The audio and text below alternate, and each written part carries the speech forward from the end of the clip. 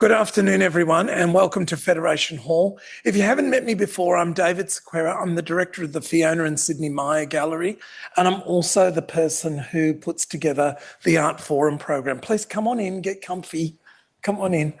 And before I introduce our guest speaker today, I invite you all to join me in grounding yourself in the deep knowledge that long before the VCA was considered or the University of Melbourne was considered, that for countless generations, the Bunurong and Wurundjeri people of the Kulin Nation practiced the arts on this country.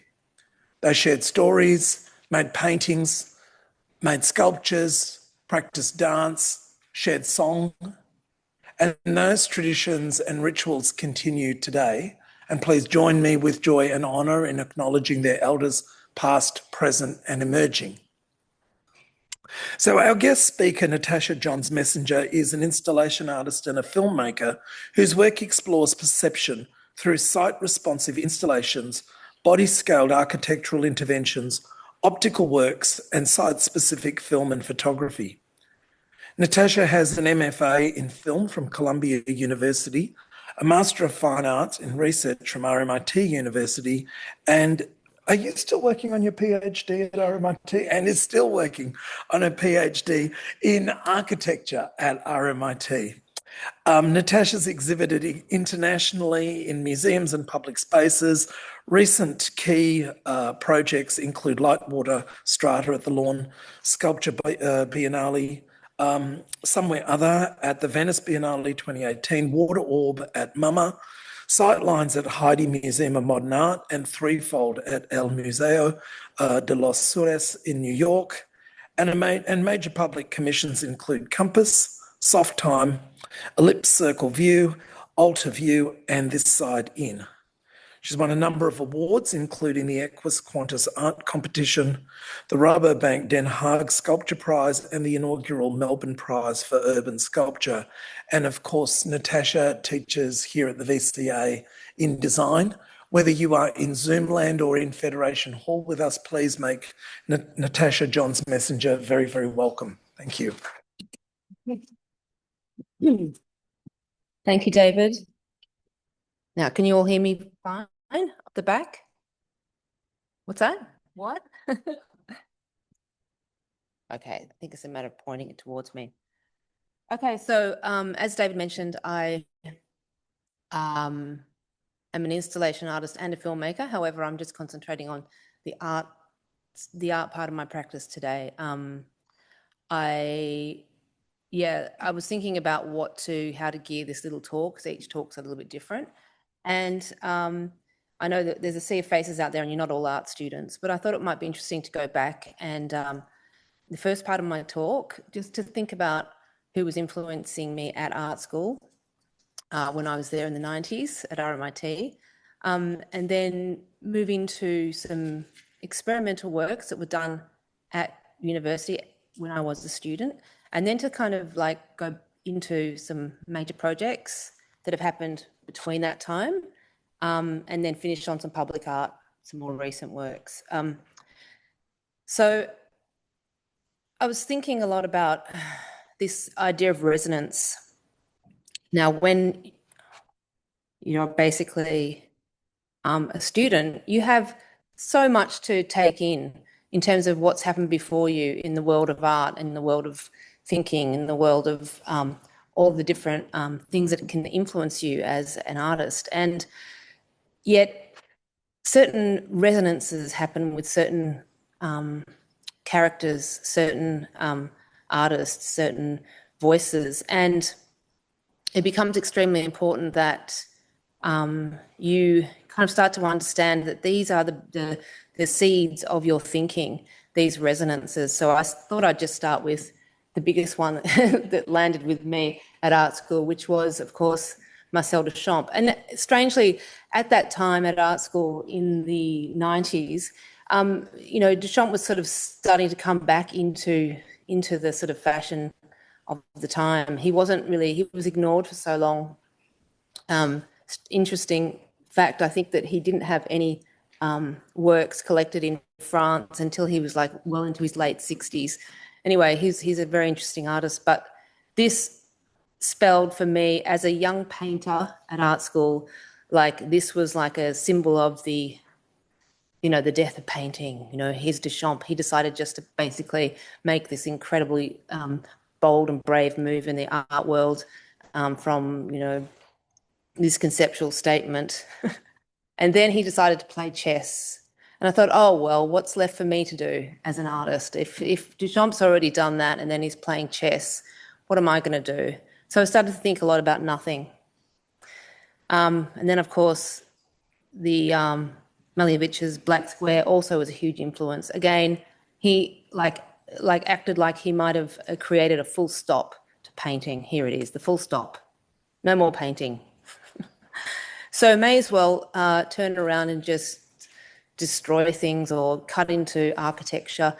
And this became very interesting to me because obviously there's a lot of different reasons why this resonated. Gordon Matta Clark became one of my heroes. And I'm going to go through a few other art heroes that then feed into what I was doing next. So Gordon Matta Clark just cut up the architecture. The space of exhibition is not only not a gallery here, but let's kind of cut it open. Bruce Nauman, let's look at ourselves, looking at ourselves, looking at nothing. My absolute hero, Robert Irwin, Scrimvale at the Whitney, 1977. People would walk in and say, "Where's the art?" My favourite type of art. Where is it? No one knows. Is it in the scrim? Is it in the architecture itself, the space? And again, this is not nothing. This is something because he's saying it in a gallery. So how do you say it in a gallery? How do you say nothing? I started thinking about, this is another important work for me, was this Kossuth work where he is looking at the modes of representing things. So not only smashing up painting, but thinking about like this conceptual move of just a thing is a thing, but how we look at the thing is the thing that we want to make into something that we are investigating. The mode of representation, the act of dissecting how to look. Double negative. You can just take something away. So from nothing to taking something away becomes something. Art school. I'm going to throw, oh, this is just a piece. This is interesting because this is like, I'm just showing one 2D work here, which is a collage from 1992. I did so many collages, you could call it in the thousands, often just from found paper. This is when I was walking around the streets of Melbourne thinking, oh, art, what is art? It's nothing. It should be nothing. It's something too. Oh, there's a piece of paper. I'll just find it on the street. My little version of, you know, a found art put together. But obviously here, there's a composition. Obviously there is a want to create something. And I thought, okay, I'm going to investigate the wall. What is the wall? I'm going to take the wall for a walk, which is a little photograph up above on the right-hand side. And I'm going to start investigating the walls, this kind of idea of breaking into the space that is going to exhibit nothing. This nothing then is not the space. I'm starting to think of the space that houses the non-object as the thing. I started, okay, so what if I start to look at like the wall and then the PowerPoint on the wall? You can see this little PowerPoint that I've stuck onto this fake little piece of wall, and then looking at the kind of this particular building and responding to the architecture itself. Okay, here I am in the high-tech room at RMIT, and I've decided to, you know, again, look at sort of like not just self-referential work, but work that kind of inwardly looks at itself, starts to become conscious of itself, and going into this kind of idea of this object turning in on itself. So not just nothing, but turning inwards instead, destroying the outside, then looking back inside. This is a bunch of found, like, round objects that I've just put in this little back section of a stairway and then just projected light onto it and called that my little piece of work. So it's still an act of making. another panel I took on a walk. This is before I knew about David Batchelor. Taking a white panel on a walk, you know, circa, I don't know what, 1997, art school again. Just creating a situation where I'm looking at the light traveling around the room. Let's accentuate the light with a gesture of a changing of that color of that mid panel, make these green, following this green, so watching this green go around the room. And the reason why I'm sort of adding these in is because you'll see in works later, these kinds of thinking, these experiments that all happened at art school, they start to feed into the practice later. Perspective, looking at not only the space itself, but because I studied painting originally, I'm thinking in sort of, you know, 2 dimensions, I'm thinking in perspective, I'm thinking space, but whenever I think of space, this is just a black triangle painting. The end of the hallway obviously needs a very specific point of reference in order to work. But it's me becoming spatial. And then I come up with this idea, okay, what if I start to use mirrors as a gesture to start looking at what is, and that this just what is becomes a kind of a spatial grabbing of this thing. It's just what is here. Here's the mirror, shows you what is. Is it nothing? Is it something? Is it a window into another space? And starting to deal with that idea. Then, of course, what happens here is that Bruce Nauman kind of influence, where the viewer becomes the object in the space, starts to become really important. And then I also realized that this extends into this idea of perception. This is where perception enters for me, where I'm very interested. At this point, I'm investigating ideas of time and space in philosophy, in psychology, in science, you know, on the side of my practice. And it starts to feed in this idea of what is real in front of us. And that brings me to this slide, which is obviously a picture of the night sky.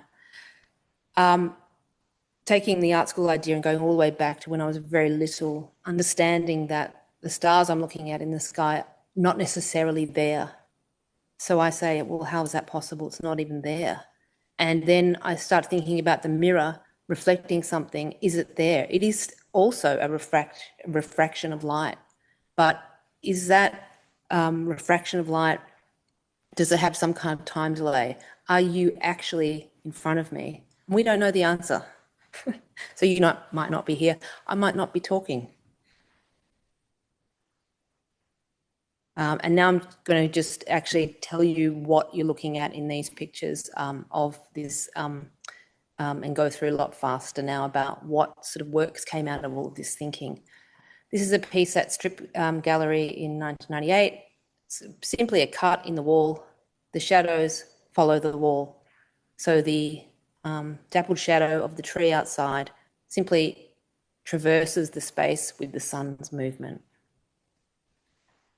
200 Gertrude Street, an image capture coming through the mirrors. I decide that it's like now there's a connection between not just mimicking a PowerPoint, but actually the mirrors become like a real-time photographic image of the floor. The floor becomes a subject. And of course, so does the architectural box. So this is the point where perception and sight and the architecture and the actual structure of spaces starts to enter the equation. In all forms, there's always a reason for everything in terms of its relationship to sight now. So the colour of this Gertrude Street door becomes the colour on the left here. The colour that's here becomes the colour on the right here. So I've painted the inside of the window and created an installation inside. Then the bodies inside these installations become also subjects they are part of the site. So the gallery goer, the participant viewer, becomes the subject, becomes like the floor, becomes the moving object or the static object in space. Picture this 2004 at MCA. This was my most significant installation to that date. And as you see, this participant viewer is coming in and leaving at the same time. So I start to use that participant viewer as more of a kind of conscious subject in the work. Going back to Kossuth, the modes of representation, I've taken his language and he had different reasons for the 3 chairs, but now I've got an art-directed piece of the MCA floor embedded into a frame. I've got a live video of the floor embedded into a frame, and I have a mirror view of the floor embedded into a frame. In other words, this is an image capture like the floor look that it's looking. So you've got 3 different types of floor representations. So I start to investigate these modes of representing. Again, this is all about where you're standing, where you are. There's no kind of added extras. I'm not taking something else and putting it in here. I'm just, again, still investigating the space. This one, I literally turn ACCA inside out. I don't know what I'm doing for this exhibition until this is a case in point for really good curators, because for me, I need really good curators because they allow you to investigate spaces and not know exactly what you're doing. Obviously, this is very far away from, oh, I've got my painting here, where do I put it? To, I want to investigate your space and cut into your walls. Will you allow me to do that? So at ACCA, cut into the walls, and there was a plywood layer between the plaster and the purlin metal struts at the back. And so this then, and I said to Juliana Engberg, can I please cut into the wall? And she said yes. And this is like such a gift for my kind of work, because I then wanted to, expose this space, and then I also started to use the actual materialities, an expose of materiality, and then it's also a reusing of the materiality to make other structures in the space. So this is like literally what the walls look like from the other side, this box that I've made to create another illusion. So inside this piece here, I basically use the stud finder to find a composition. This goes back to that, that there wasn't just Malevich, there were other painters that I love, like Mondrian. This is a composed image, but it's also a found image. So I've used the stud finder to compose that reveal. It's actually 3 meters high, you can't quite tell in that picture. And then it's just a matter of the participant viewer walking in and walking out, becoming that little subject, that little nod to Naumann, a nod to Mondrian. This actual colour as well is the opposite colour of ACCA's exterior. So for those colour students out there, this is the opposite colour of that dark red building, is this light turquoise colour. So this is why it's used. There's every piece is kind of like a deliberate. There seems not to be much that's kind of like a random act. It's an act born from the space, born from the site, as Robert Owen used to call site-determined actions. This is just to show that, how inside a little space, this actual work here is embedded into the wall and makes the viewer kind of turn upside down. It's my first version of this kind of upside down space. But this is the, I guess the nature of these kind of tiny spaces. A lot of this is extremely difficult to explain in 2 dimensions for obvious reasons. And on that note, can I just have a show of hands of who has actually experienced my installation works in the flesh? Okay, mostly older people down the front. That's fine. No, that's interesting because it's so. Yeah, so that's an interesting one because it's so experiential that it is very difficult to describe. This was simply just a cutout in the space. The plywood behind one of the walls at ACCA. There's a kind of an access hallway for traveling with art. Anyway, this was an illusion of the space. You couldn't quite tell how, I call it like an illusion of the distance. A detail of the floor here where it's just lit the same color, and I've taken out the conduit that you used to, you know, put down other things. Sightlines. You know, it's difficult to talk about all the different layers that go into some of these gestures, but I'll just say that this, you know, echo its sightlines, this particular installation, obviously you're looking at a picture that looks, it's a mirror that is an installation that is experience-based, but it's also a nod to the painting history, you know. And I've deliberately framed it in this kind of black frame, and it sits like a picture. So for me, this is sort of a space between installation and pictorial space. I often like pictorialize, but it also is simply about perception, what is real in front of us, and what is real. Are you, the other participant viewer, are you real? On the right-hand side here, this is just to show the kind of relationship between two works.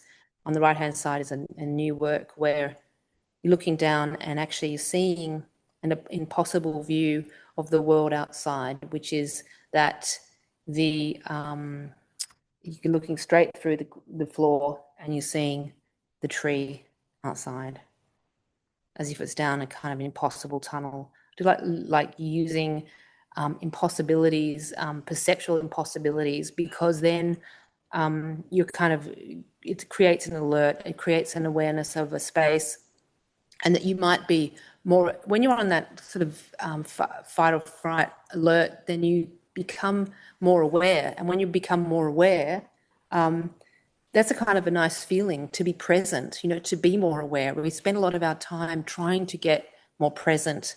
And I want to sort of inject a little bit of that into my work for myself, and then maybe for you if that happens. So this piece is designed just to be about yourself, encountering yourself in this impossible view, following the back of your own head, no matter which way you turn around. Just the participant viewer is the subject. This here, there piece, quite an elaborate piece to make. Basically, I've investigated for 6 months how to recreate this floor of the Heide Museum and embed it into the wall. I used and it was difficult to do because the aggregate was, the quarry had gone now, and so we had to kind of art direct this wall. What's interesting about this is that this is kind of like what I call a material conundrum, in that this is not about, you know, a mirror telling you what's real or what's not. This is just the most simple inversion of space, the wall and the floor on the wall, and yet it's kind of built into a fake wall, so that, because if you were standing in front of it and it fell down, it would flatten you because it's you know, it's also like this kind of other psychological layer, in that it's a doorway to nowhere. You can't get through, so you kind of like, it's like the opposite of, you know, having a great view, where you kind of project yourself into a space that is over there, and that's why a view feels great. This is kind of the opposite of that. It's stopping you from going through space.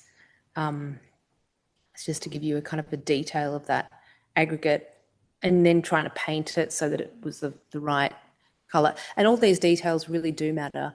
That, you know, Mies van der Rohe is true, because you know, you could have a kind of a botched version of it, and it wouldn't feel like, oh my God, there's a piece of that actual floor in the wall, and it's got to be that precise in order to read well. We haven't sort of talked about my film or photography at all. This is the only photograph or kind of two-dimensional photographic work in this talk, but I put it in here because it relates to the idea of the materiality. This is just a photograph of the edge of a sign at the Heide Museum. All the photographs, I call them site photos because they come from the space of Heide. But it also reads that you kind of start to think about, again, back to this Kossuth idea, this mode of representation, this photograph here and this fake wall here. And I'm very interested in these modes still, and they keep coming back to me as kind of ideas to investigate. I always wanted to make an upside down world because, you know, you're on the couch and you're 3 years old and you're sitting with your head back and you wonder what it would be like to walk upside down. You know, this piece is not, it wanted to induce an anti-gravitational feeling. I wanted to investigate. I've done a lot of works that go to, you know, to what's real in front of me. Going back to the Heide show for a minute, there was a man who will remain nameless who went into that exhibition and went up to one of the mirrors and wanted to go straight ahead. And so he pushed his body on the mirror and kept pushing his body until he just edged forward, thinking that he could do that. So in other words, the illusion was so persistent that he couldn't understand why he couldn't enter. And that's because of the way a lot of the housing of these mirrors is so precise that you really do feel like it's a space that is real, that you might be able to enter, but you can't. This piece here really wanted to investigate that same idea, but on a vertical plane. It's a piece where that person who's standing there and is being reflected in both. So that's a real life 2-time image. So the image is taken on both levels. It's very difficult to understand unless you kind of experienced it again, but I'll try to, this is what you see on the next platform. So this is kind of like a wide angle lens view, which is much wider than your eye. So this is kind of a distorted image, but it gives you more of a feeling of those being upside down and those being the right way up. And I just wanted to play with this idea. So this place, Strange Engine, is a place where I was able to experiment with this at scale. Because I'm dealing with perceptual equations, I need to do it at scale in order to understand the feeling, the perceptual quality of the experience. So this is the sort of structure we're dealing with. So I needed a space that was at least 5 meters high in order to create this structure. On that note too, though, this structure is kind of reminiscent of this structure. And that's because this was also like dealing with the steel of the space it's in. So it's not just about perception, but it's about the site itself, but using the materiality of the site in order to create the works. Public works. These are more recent, not more recent, but I've been doing a lot more public works recently. This is a building in New York, high school opposite, excuse me, in Queens in New York. And what was really great about this commission was that they invited me before they had finished construction of the building so that I could embed an actual artwork. You can't quite tell in the photographs there, but these perforated fences are actually they take the view away because they add a sort of a layer of opacity that is really hard to imagine when you're in that situation looking at the best view in the world. And I sort of thought, I kind of want to open it up for the kids of the high school. It's a special high school for arts. I thought I want to open it up so that gives you a sense of the scale of it, so that they can actually view that incredible space. And so this was an act of framing, but it also had a perceptual quality that's hard to get from here, where the orange surrounding the actual, that intense orange, which was sort of like, reminds me of a 70s orange for some reason. But when you're looking at New York through that, the opposite blue emerges through the circle. So the sky seems more blue when you're standing there engaging with that view through that circle. Another public work where I'm using the green of the space to create it. This time, this was in Den Haag and The Hague, and it was very raining all the time. So my other works, you don't want to have a dirty mirror because then that spoils the illusion. So I thought, how do I come up with something that works in the rain? And I thought, what if the illusion was that the mirror was glass? So here you see there was a pane of glass in the middle, a mirror. And then through the mirror, you see one object. Reflected in the mirror, you see the same object. So when you're standing and looking at it, it looks like the same object, but this and this are separate objects. They're not the same object, they're a repeat of the same object. I know that this is a case in point where you need to be there to experience that illusion, but essentially the precision, if you imagine a plane which has, so many variables in terms of axes, this to the right, to the left, up, down, and across, they have to be perfectly done so that this object is completed in the mirror surface. This piece was at MUMA, and it was an unusual one for me, and I really want to explore this idea further. Essentially, like the gravity idea, this was pre-Axis, but it was about looking at water that was falling away from you. In reality, the water is falling obviously towards gravity, but when you're looking at this, it looks like the water's falling away. So inside this kind of object, which is kind of actually based on the idea of an eye. Didn't want two eyes because that would just look really silly. It's not a narrative eye. It's an eye that kind of like is about that iris, because I knew that this work might be moved from this site. I couldn't anchor it materially in the site that it was in. So I thought I can anchor it in an eye. An eye is as an extension of the participant viewer. It also had an audio quality, which is hard to tell here. It was like one big ball and then it impressed into it another kind of large ball.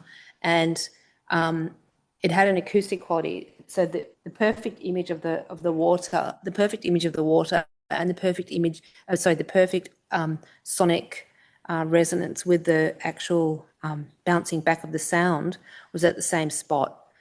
And you could talk into it and it would sort of like, you sounded like you're an alien, which was kind of cool given my, interest in the stars that don't exist. This is a freeway work called Compass. Now the compass is simply a kind of a nod to the idea of the compass, meaning you're on the freeway. So the space invokes this kind of narrative, but it's not a narrative that's imposed. It's a narrative that comes from within the freeway itself. So I sort of thought, and also because it's so abstract, the form, you can't tell it's a compass. It's a useless compass.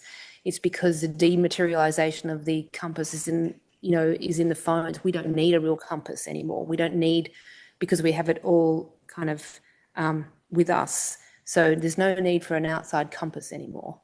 So I thought this is kind of like a relic compass. So the little circle, semicircle faces north, south, east, west. It also has a kind of an illusion of the lines because perspective-wise, some go one way and some go the other way, and you can't quite tell which way is which. There's it at nighttime. This is like the same thing, a public work based on the town clock. Every hour on the hour, a white swirl kind of makes it, lights up and swirls around. Meanwhile, the semicircles of the blue and the white go round. That's like, and this also, again, a narrative that's born from the space, the campus green, the town clock, the idea that the artwork, so that piece just every minute it's going around, it's rotating. But the narrative is not a narrative imposed, it's born from the site. And this is the last work.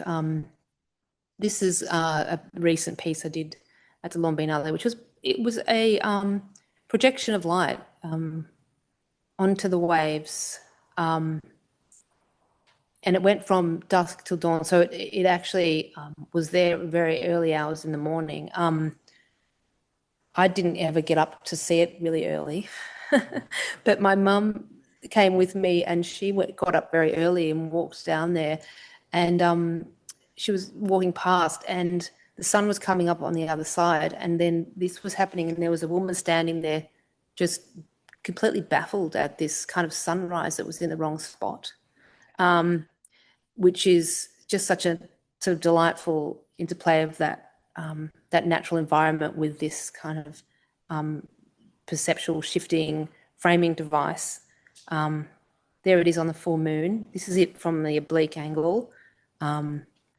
And essentially, the best optimal time for it to be on was on the full moon, where the light's coming one way from the moon and it's going the other way. And of course, the lights were hid in the bushes, so you couldn't really tell where they were coming from. And it just lit the waves. And that's it, framed it up. But hopefully you've kind of gotten a sense of the story where these works kind of come from, you know, where I've sort of taken you on a small journey. I'm not sure what the time is, but we're good. Okay, so that was that.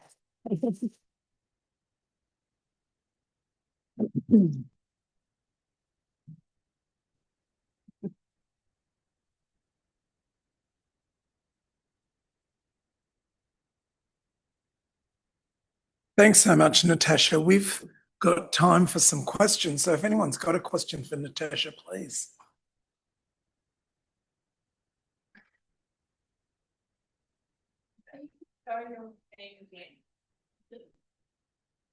You mean the axis?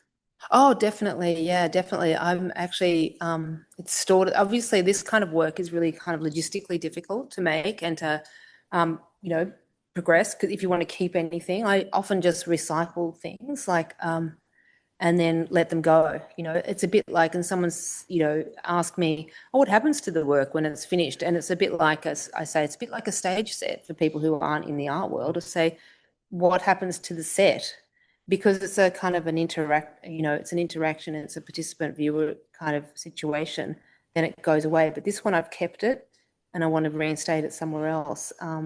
So I would, I'm not sure where it's going to end up, but it's definitely going to be somewhere. I've had a few offers that haven't quite landed, but yeah, we'll see.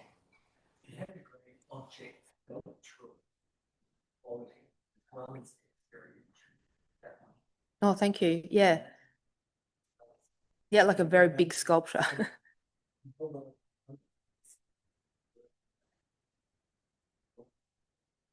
Yeah, and it's interesting you say that because in that case, it takes this kind of it takes on the site that it's come from, and it becomes like an autonomous object that took another piece of another place with it to its new location. Yeah, because someone wanted to try to buy the work that was there with the embedded piece of concrete, and I was a bit like, well, how does that translate? I mean, you can do it, but you'd have to, but the language is kind of gone because the floor is gone. So how do you, and so I had to kind of literally draw a line there and say, I can respond to your floor, you know, but I don't think you can take this one. This one is now not, it's not dead to me.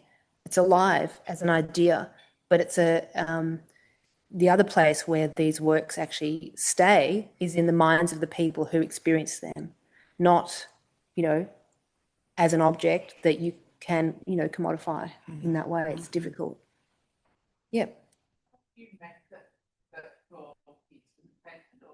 No, it was actually, so behind that wall, it's like the concrete was about that thick and it was stood up and it had an engineered structure so that it couldn't fall flat and hurt somebody. So it was poured and then it was flattened and then it was, so we did lots of testing. And once we got it right, then we painted it and then we had to scuff it up. And like you couldn't really see in the photographs, but like the MCA floor, it's like an art directed version of a floor, you know, so you scuff it up to make it look as real, like, you know, the floor at Heide has been there for 20 years or more. So it's like, has to look like it's been, you know, messed up and walked on and then looks like the floor it's relating to, it's referencing. Yeah. Yeah. Hi.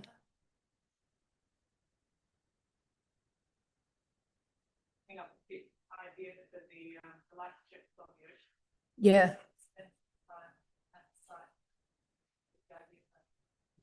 Yeah, so I mean, it's interesting because as a site responsive artist, I'm spending a lot of time at the site looking like you know, if it's a gallery or, you know, then I like to go back and back. It's sort of like think of it like an onion revealing itself in layers and layers. And so that piece, it's fascinating because there's also there's a bureaucracy to deal with as well. Like we didn't get permission to do that piece until the very last minute, I think, because it was pointing out towards, you know, the ocean. So the maritime humans had to sort of sign off on it.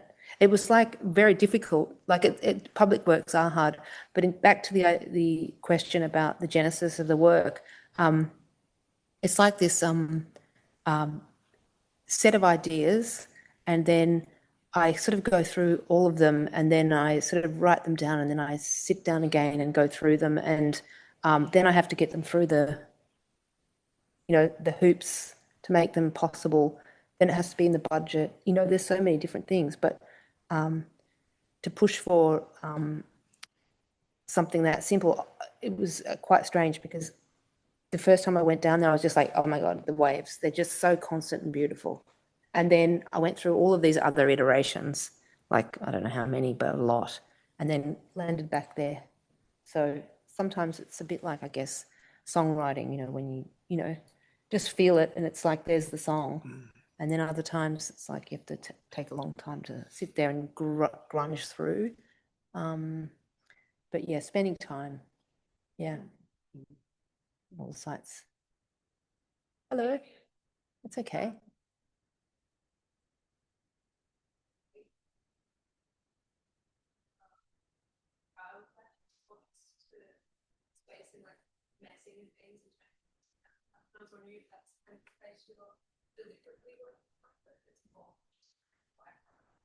Yeah, I definitely am deliberately working from that place because I feel that being a child was sort of a more pure kind of one, you know, enchantment with everything.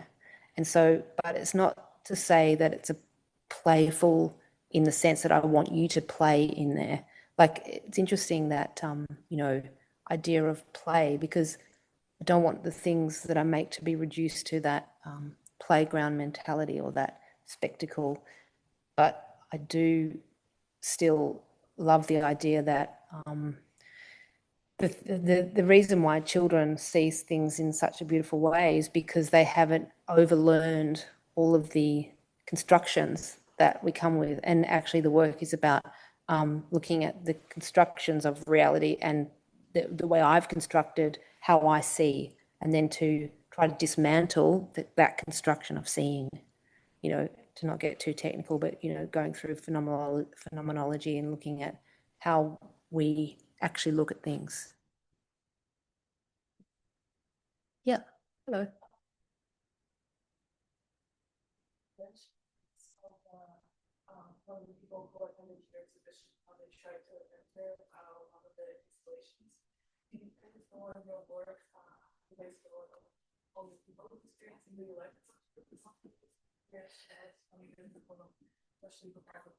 That is such a good question because you don't want, you have to anticipate how a body moves in space and how we'll want to move. At the same time, you want to keep it as open as possible so they feel free, that no one feels like you're directing them. At the same time, you know, there's situations like that guy who was trying to get into the wrong place. And honestly, I just looked at him and I just thought, oh my God, this is going to be a disaster. Because if everyone's going to try to go into the installation via a mirror that they can't get inside, because he was literally pushing it and then like doing this, I thought, oh, so yeah, I have to anticipate, and I've started to learn how to know how people's moves. A really interesting case in point was actually one exhibition I had in the US. I had a team of people from a different part of a university putting on monitors so they could work out the heart rates of people who were in the show. And then they gave me a heat map of the actual show at the end. And I could see which mirrors people were really high alert, like because their hearts were going faster. And that was absolutely fascinating. So yes, I am interested in people's actual bodily responses to spaces, but I was initially like not interested in that. I just didn't, I just thought I'm looking at pure like, you know, this hallway look like making an illusion, but I wasn't really concentrating on that. And then the participant viewer became a subject. They became part of like the floor. That makes sense. So yeah, I'm incorporating them now, but not to direct them, more to allow them to at least think they have a freedom.